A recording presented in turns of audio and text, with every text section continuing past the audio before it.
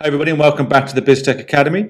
This is our Excel function series, and in this series we look at some common and sometimes not so common functions used in the Excel application and how these particular functions can make your life easier when you're conducting your own analysis. Today we're going to look at the lookups, a bit of a tongue twister there. We're going to look at the VLOOKUP, we're going to look at HLOOKUP, and we're going to look at XLOOKUP. There is a video already on our channel for VLOOKUP, and you can see this above. Click on that if you want to, but it is quite a basic tutorial. Today we're going to look at maybe a bit more around the intermediate level, look at the application of VLOOKUP, HLOOKUP, and XLOOKUP, and the differences between the three, and spend a little bit more time on XLOOKUP, which is a new, relatively new piece of functionality with Excel, and certainly makes life easier when you're conducting searches within large data tables. Okay, so without further ado, let's crack on.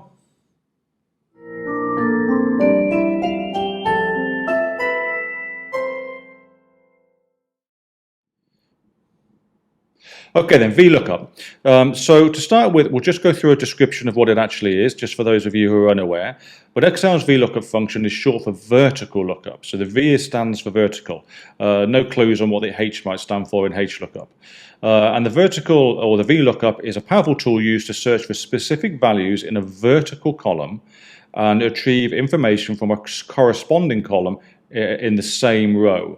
So if you have a column, it will search for a value in that column and then return a value from the same row within that column, although across a different column. And I'll show you how that works in a moment. And by specifying a lookup value and a range of cells, the VLOOKUP scans this leftmost column of that range and returns a value from the specified column. So you can only choose a value from the first column in the range, or the leftmost column in the range. I'll just zoom out of that a second, and we'll go down to this table that I've got. What we've got here is a list of names, the departments that these individuals work in, and their salaries. And of course, this data table could be a lot larger. It could be thousands of lines long in a real business. And what we want to do, we've got these four names here that are just random names from the list here, the data table, and we want to add their salary into the column next to them. So we would use VLOOKUP for that, and we would open the function builder. Let's drag this across. We want VLOOKUP, we'll insert the function. And we have our list of criteria here. Most of you will be aware of this from other lessons, but we want to look up a value, so we look up John Smith, and we want to look at John Smith from a range, and we want to find John Smith in this table here. The table is known as an array or table array in Excel, but we want to find John Smith here. It's the leftmost column. We're searching there for John Smith. If he's not in there, the VLOOKUP wouldn't work. And we want to put in a column index. We want to return the salary data. And the salary data is in the third column along on this table. 1, 2, 3. The first being the name, the second being the department, and the third being the salary. So you'd put 3 here, and then you put false, and false denotes that you want an exact find, you want an exact match. And we want the exact match of the salary here. Sorry, the exact match of John Smith, I apologize. Press done, and as you can see, it returns 6,000. And that is 6,000 for John Smith as his salary. So what the VLOOKUP has done, it has looked at the vertical column, the first left-hand side vertical column of the table, and searched for the value we wanted, which is John Smith. It's found John Smith here, and then it's gone to the third column across and said, I want 6,000, and I've put that 6,000, that salary level, into there. So it's gone vertical, first left-hand column, choose the value, take the third column along because we denoted it as 3, and input the value there. And we can do that again for all of them. So we can just tack this across and copy it down.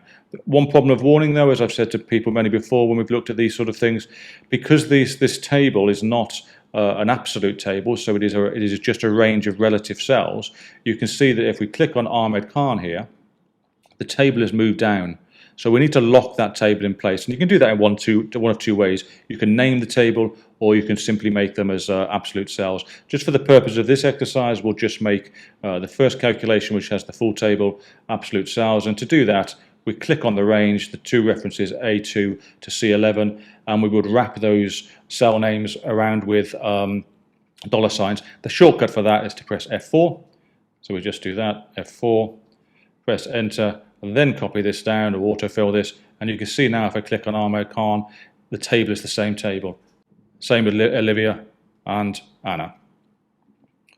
So to summarize the VLOOKUP is a vertical lookup, and it looks at the leftmost column in a range, and then it chooses a corresponding value to the cell that's been chosen in the left-hand column, and returns that value based on the criteria that you put into the builder. Okay, so what we'll do now is we'll turn over and we'll look at HLOOKUP. Okay then, HLOOKUP, and I'll zoom this explanation in again just in the short term to show you. One could say that HLOOKUP is simply just the opposite of VLOOKUP, i.e. vertical as opposed to horizontal, which is what the H stands for. But it's not quite as simple as that. But as it says here, the HLOOKUP function in Microsoft Excel is a powerful tool used to search for a specific value in the top row. So this is the top row of a range as opposed to the left-hand column. And then retrieve a corresponding value from a row below that matches the value, and as it says, the H stands for horizontal. So in the way that a VLOOKUP searched the left-hand column and retrieved a value, the HLOOKUP which looks at the top row and retrieves a value from a row below. So let's just look at this. Now I've got the same data. The only thing I've done here is I have made it horizontal, so basically I've transposed the data. So now we've now got name, department, salary, and they're at the top. And again, I've transposed the data we're trying to collect here. The reason why it's worth looking at this and showing this is that for those of you who do are old enough to work now, and those of you that are students looking to find your new first position, potentially as business analyst or such like, you'll find that you will receive data in so many different formats. Some of them will be neat and tidy and wonderful, and some of them will be messy and horrible, and some of them will need a lot of reformatting, and some of them will need different tools to do the analysis. And what we're just showing here is that when you've got vertical data like I showed you before, which is probably the most presentable way of showing some data, you could use a VLOOKUP, but here what you would have to do if you wanted to use a VLOOKUP in this instance is you'd have to then reconvert all this data to a vertical form, which would be inefficient, to be fair, when you've got the HLOOKUP tool to use. So let's just look at this. So what we want to do, we've got the same names, and we want to put the salary in the row below. So in this case, we would, and we'll go to our function builder, we'll look up HLOOKUP, we'll insert the function, and I'll drag it over. And in the same way, we want to look up John Smith. In the range that we want to find, we want all the range of the people. And we're looking for the index row this time, not the column, but the row is row 3. So 1, 2, 3. Not the name, not the department, but the salary. So again, you put a 3 in, and then you would type in your false because you want an exact match. Press done, and as you can see again, it shows 6,000. John Smith, 6,000. So it does basically transposes what the VLOOKUP does, or VLOOKUP transposes what the HLOOKUP does. It's just looking at the data in another way around. Again, you can copy this across. What we'll do though is we'll open it up and do what we said we did before. We'll use the F4 to make the table locked, and then we will scroll this across. And as you can see, Ahmed Khan, 4,800, Olivia, 7,000, and Anna, 3,500. And again, just click on Anna, you can see the range is the same there. So again, in summary, the HLOOKUP is ideal for looking at horizontally presented data if you want to search for certain data within that table, and the VLOOKUP is great for looking at vertically presented data, again, if you want to search for particular data in that table. What we're going to do now is look at the XLOOKUP function, which is relatively new to Excel, and show how that simplifies looking up for data even more. Okay, let's go. Okay then, XLOOKUP. Now, like I said a moment ago, XLOOKUP is relatively new to Excel, and I'll go through the description again as I did before. The XLOOKUP function in Excel is a powerful tool that allows you to search for a specific value in a range or array and return a corresponding value from another column. It overcomes the limitations of the traditional VLOOKUP and HLOOKUP functions by offering more flexibility and versatility in retrieving the data. What this actually means is that where the VLOOKUP is restricted to searching in the left-hand side most column, and the HLOOKUP is restricted to searching from the top row. The XLOOKUP gives you a lot more flexibility and allows you to define the range where you want to have the source data and the range where you want to have the data that you input into your cell. And let me show you that in real terms. What we have here, different sort of analysis. I just have a list of cars, and I have a list of average cost for that particular brand or that make of car. Not necessarily the model, but the make. And I have a small table here that says we want to find, based on a car make, the average cost from this table.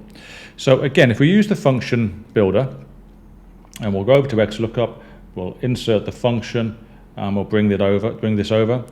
Just as a side issue, I have mentioned before on other videos that when you become proficient with these functions, what you'll find is that you'll end up typing these in as opposed to using the formula builder. But for the purposes of these tutorials, I think it's a very, very useful tool to use to show you exactly how the mechanics of the function works.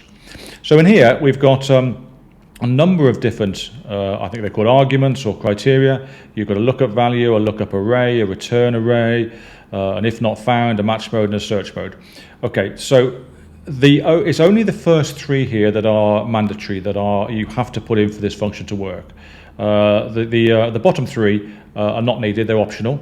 And today we're not going to look at the bottom two, because in truth they're a little bit more advanced and they're not generally required for sort of everyday analysis. I will be doing a video on more detailed XLOOKUP applications, and at that stage I will use those. But for now we'll just use the first four, and in this first trial we're going to use the first three. So as with the VLOOKUP and HLOOKUP, you need to choose a value. We want to find Chrysler. Okay, where do we want to find it? So we look up an array or a range. We want to find it in this range of data here, this column of data here, which is A2 through to A11. And what do we want to return when we find it? We want to return the corresponding rows value of this particular range here, the average cost. And then simply put, you just say press done, and it's done it. So it's given you 40,000. 40,000 is Chrysler's number, not Jeep, double entry there. So 40,000 for Chrysler. And that is calculated the average cost. So what it's done, it's not restricted ourselves to a specific column or a specific row. We've chosen the range that we want to do the initial search, which was the car make, and we've chosen the value that we want to return into the cell, and that is the average cost. And then it's searched for Chrysler and chosen 40,000, which is really good. Now, what you can also do here is you can put a little bit of a control in place so that if you make any errors in the car make, it comes up with a different message. So for example, let's just delete this function here. We'll put it in again and we'll go XLOOKUP, we'll insert the function and we'll drag it across. We'll do what we did before. We want to find Chrysler and we want to find it in the car make range and we want it to return the average cost. But you can see there's this other box here that says if not found. And in here we can put just a statement. And if not found, so if the Chrysler label is not found, we need to say something. So we're going to put something like car not listed, something like that. Anything could be. Press done. Now it comes up with 40,000 because, as we know before, Chrysler is 40,000. Now let's say, for example, we've misspelt this, or we'd put in, I don't know, BMW, because we were searching for that. We press that and press enter. It'll say car not listed. So it has some control in place that allows you then to pull out areas that might occur when you're looking at the data, and that's very, very useful. Other thing I wanted to show you, and we'll just undo that and go back to Chrysler, is when you've got all this large list of cars here, and you could of course have hundreds here, many numbers of cars here, it's a pain to keep typing them in. So what you can do, and if you haven't understood about this function before, this particular tool, it's very, very useful, is in the cell where you want to select the car, you can go to the data ribbon here. You can tap here just at the sort of right-hand side of the ribbon, data validation. Click on that. Where it says allow, choose list, and then it will give you the opportunity to choose a range. In the source area, just highlight all the cars or the range you want. Press OK, and what will happen then is you'll have a drop-down menu here. So if you can see the little arrow just here, click on that, and you've got all the cars. And you can just choose one, Tesla here, for example, and then it will automatically change the value, Tesla 70,000. Let's just do one more. Let's do Buick, Buick 35,000. And that's really, really useful. Then it just makes things a little bit easier in the analysis that you're working on. Okay, that's it. We've looked at VLOOKUP, we've looked at HLOOKUP, and we've also looked at XLOOKUP. I think you'll find that over time, VLOOKUP and HLOOKUP will probably be superseded by XLOOKUP, and most people will use that as a default lookup tool. It almost covers also the functionality of combining the index and max function as well, which you can find on the channel as another video. Okay, I hope you enjoyed the video. If you do want to try this again or follow it yourself, you can download this actual workbook from the description below, and you can use this and play around with it as much as you want.